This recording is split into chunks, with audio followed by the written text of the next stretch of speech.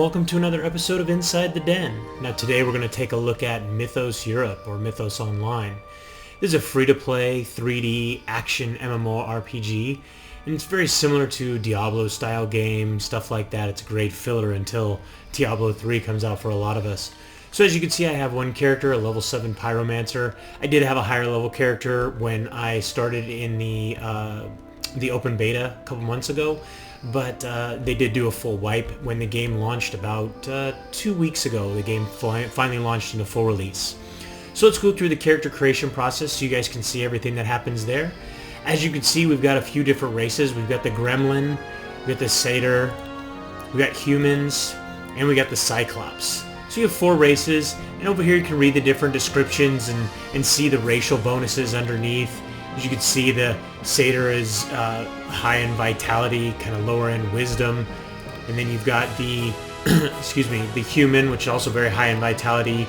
Then you've got the Cyclops, which is high in strength and in vitality. And then you've got the Gremlin, which is kind of high in strength and high in vitality. One thing that's very kind of disappointing as far as I'm concerned is none of them are really like this high in wisdom, which is kind of your magic base. But, you know, whatever. But it's kind of neat to see some different type characters, and let's go ahead and take a look at the different classes. So you've got a Pyromancer, you've got a Gadgeteer, and you've got the Bloodletter. So you've got 3 different classes. You can read the class description here. I'm going to actually go with the Bloodletter, and I'm going to go with a Cyclops. We'll go with male. You can adjust the skin color to they've got several different skin colors, not a ton. You've got a few different faces. You can see there. Hairstyle actually changes my beard. Hair color. We'll go with that one right there, and accessories will change my horns. Let's go with that single horn. You can always use the randomize and go pretty nuts with that. But let's get a name going and get started. Let's see if we can type, and there we go. So like I said, the game was launched about 2 or 3 weeks ago in mid-April, and it's kind of one of those things that's interesting. It's Mythos Europe. It hasn't been really released in North America, but there's no IP block or no IP restrictions, so North Americans can jump on and play, and you don't have to worry about any of the restrictions that you sometimes have with different games. Now you can move around with WAS and D, and you can also left click on the ground. So let's go over here, and you can see we've got a little exclamation point, which is our typical denotation that there's a quest for us. So let's accept that quest. It wants us to get a wolf fang, and you can see heading in the right direction. We've got our little arrow there. We can move our camera around and see here's a wolf right here, so we're going to go ahead and take him out. And we can use our left click, which is in this spot right here in our normal attack, and we can right click for this skill, which is Piercing Flurry. You can see there. The nice thing is you can see there's items here, and they do label them, and sometimes they get stuck in these bushes, but you do have the E hotkey, which will allow you to pick up items really quick. So we've got an unidentified item, and they want us to open our inventory with I, use our identify, and identify our items. So there we go, we've got a beginner's adventurer's cape, so we'll go ahead and right click to equip that. We picked up the wolf fang to complete our quest, so let's go turn that in. So there we go, we've turned that in. Let's accept the next one, and it wants us to head over to the dungeon portal. Now, there is a somewhat persistent world as far as the game is concerned. Let's actually bring up our little map. So we can use N, bring up our little map, and that way we can head in the right direction over here to this dungeon portal. You can have the map overlay right over so you can see what you're doing. But like I was saying, the game has kind of both the persistent world and an instance world.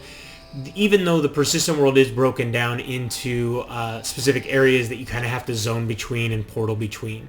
But the majority of your fighting and stuff like that will be done in these instance type dungeons. You can see here it's showing me that I've got these bugs, and to attack them by using left click, or we can use our skill and take them out. We've got a bunch of little help buttons here that show us, quests and the auto map and all that different stuff. As far as you guys can run through that if you kind of get lost. You can also bring that up. It's one of these buttons here for, I believe it's for help.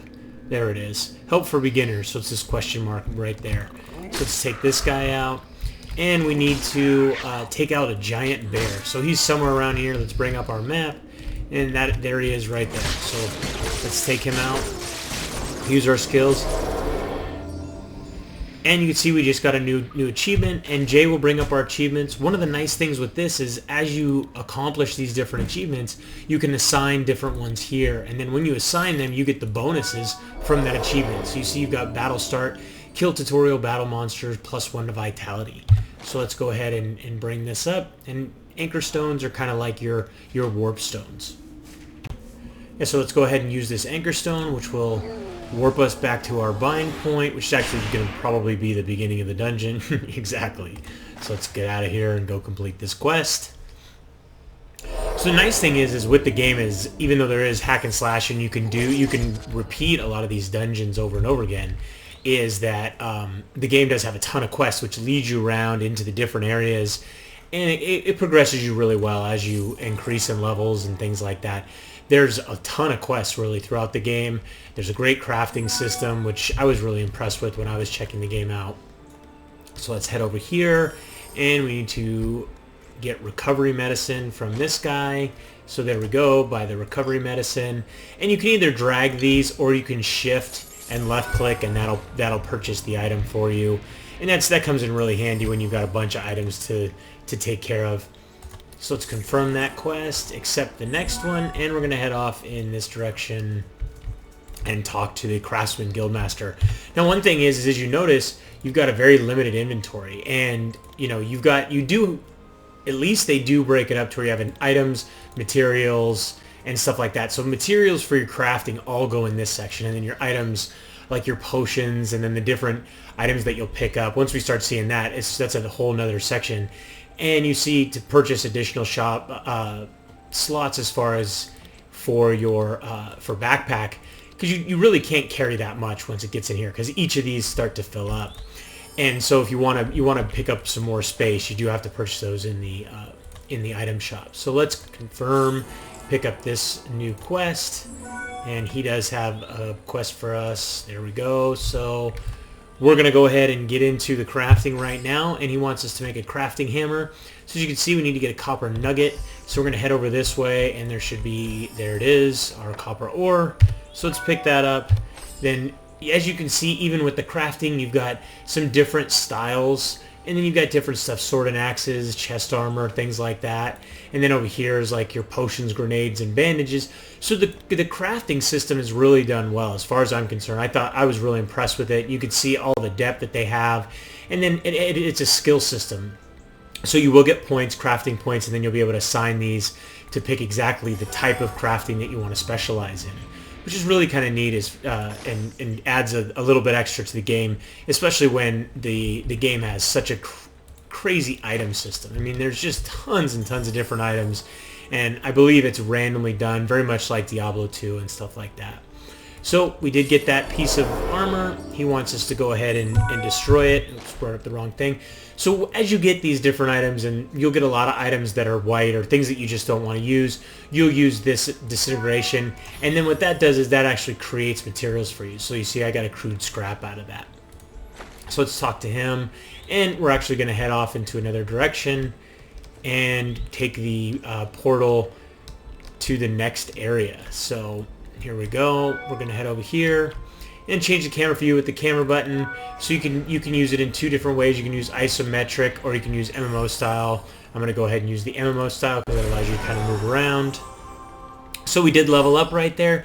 And when you level up, you do get skill points and also attribute points. So I want to go ahead and I'm going to add some to wisdom because I want to make sure that I've got some decent level of mana for this character. And you can see you've got 3 different trees. You've got the Martialist, the Crimsonate, and the Red Hand. The nice thing is with the Red Hand, you can go ahead and use some of these Broodlings. And as a Bloodletter, that's the direction I'm going to go. And then let's go ahead and drop this right in there. And that brings up our little pets. So we can't bring them up yet. I forgot. We have to have some dead bodies on the ground first. So let's head into the next area. We're going to pick up some quests, and we'll be off into a dungeon pretty quick. So let's accept that. And we need some sharp teeth. So we're going to head into this dungeon. And this is pretty much the layout in most of the villages. When you do go to the dungeon area, is you'll have a bunch of different options. And with those options, you'll see here that You'll have some kind of level limits underneath, not necessarily level limits, but recommended level, let's say, like for the wet cave, recommends level 2 to 3. But our quest is actually in the small plane, and you can see here's the quest right here, and if you've got multiple quests, they'll all be listed right there. So let's go ahead and head in there and start taking out these monsters, and we'll get the sharp teeth that we need. So, and as usual with games like this, we do have boxes and crates and different things like that that we're going to be able to open up and get items from and all that good jazz. And as you can see, we're starting to pick up some unidentified items. So we've got an unidentified rusty spear, so we go ahead and use our identify charm, open that up, and we do need some more dexterity before we can start using that. Let's open this wooden box. We got some items there. Let's go ahead and take out this bird. And like I said, with this skill, I do need some dead corpses on the ground to bring it up. So we can have a maximum of 1 broodling right now. And as you use the skill more, let's actually look at that real quick. You can see in the next rank, in rank 3, I can have 2 maximum broodlings. And then that as you go up in ranks, you're able to get more and more. And it's really cool because you can cruise into an area. Let's see if we can find some monsters here. And these guys will just essentially just do your bidding for you. They'll just start whacking away on monsters, and you get the experience and they do all the work, which is kind of nice. But let's open this up, and like I said, there's crates and little grass things on the ground and barrels and all these different things that you're going to be able to open up. It's, like I said, very, very similar to the structure of Diablo. Even the item structure is very similar to Diablo, so we're going to go ahead and destroy a bunch of this stuff because we don't need it and can't use it. So there we go. Let's turn in this quest real quick. But very action-packed. They do also have item sets that you can get and get bonuses for the item sets. Let's bring up a few other things. You do have a party formation section, so you can see here 28 plus party grind, 22 plus level up. So you can basically set a different party, or you can register a party or join a party, which is always nice. I like games that have the ability for you to have a party feature where you can find other people to party with. 'Cause sometimes, in your general area there isn't always people that you can join up with and run around. So we're going to go through the dungeon portal and at Woodman Village and go to the cellar and pick up the bomb. So we're going to head to Lindsay's cellar and cruise in there. And these are all, if I remember correctly, all of these dungeons are randomly generated. So every single time you go into them, they'll have a different look and feel and different monsters. And even the dungeons that are at the lower levels, that after you take and you complete the quest, you can go back and repeat them multiple times, and they will actually increase the level of the monsters that are in there. Now, we've already got the item that we need to, but we're going to run around here and see if we can't find some other fun stuff in here. Maybe some weapons and things like that. Nope, that's actually it. We've got everything that we're going to get in here. Let's see if we can use this Bardage. And we can use it, so we're going to go ahead and equip that. And there we go. So we've got this giant Bardage that we're running around with. That's another nice thing. I like it when games change your appearance based upon the items that you use. And that's a pretty common thing now. With the items that you use, as your appearance will change, and you'll actually get to see those items on your character. So let's go ahead and grab these leather gloves because we can use them, and accept the next quest and cruise on. And we need to talk to this guy over here who's walking around. He's got the exclamation or the question mark above his head. Let's confirm, and we leveled up again. Let's accept his quest, and he wants us to go report to... It's actually on this map. We're going to report to this guy over here. So we missed our turn, and it's right there. But while we're walking, we'll go ahead and level up our skills. So we got 2 points per level, so we'll dump that in there. And that actually gives us, once again, like I said, we can go to 2 maximum broodlings, and next level we'll be able to go to 3. Let's put a couple points in there, and let's put a bunch into strength. There we go. We can turn in that quest and accept. And we got another achievement, so we can go look at those. So you have a ton of different, you can see the Blood Bristle Desert, and these are a lot of the different zones. Like this is just for the Green Reach, which is the zone we're in. So we do have this Battle Start, which gives us 1 for Vitality, and then where's the next one? Actually, that's from there. Which one? We just pick up. we just got Listen to Me. So let's see if we can find that in here. And here you go. Listen to Me is you've completed 10 quests. You can see the next one is going to be Good Listener once you completed 30 quests, and so on and so forth. And that'll go on with number of quests that you get. And you can see there's tons of different ones for reputation and for feats, for summoning, and all that different stuff. So even for death, there's ones for dying and the number of times that you die. Let's look at some of the other features that we have here. They do have a rank system, so as you play and level up and stuff like that and get through the different stages, you'll be able to rank up. There's our recipes. There's our friends list. Don't have a guild. And here's the item shop. Additional inventory usable for 7 days. You can see that the item or the currency for the item shop is bones. Let's go ahead and actually close that. That comes up with the H key. There's our achievements again. Skills are K.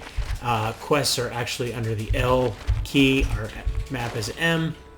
They do have a mail system, so you can mail things back and forth. The one thing that I wish they had with the mail system was a COD system.